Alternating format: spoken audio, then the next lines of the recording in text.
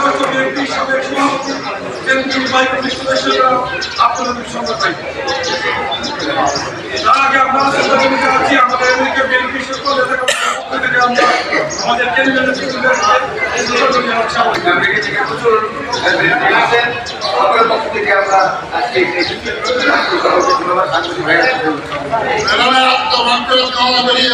সবাই শিখতে হবে তাদের শিশুর বক্তব্য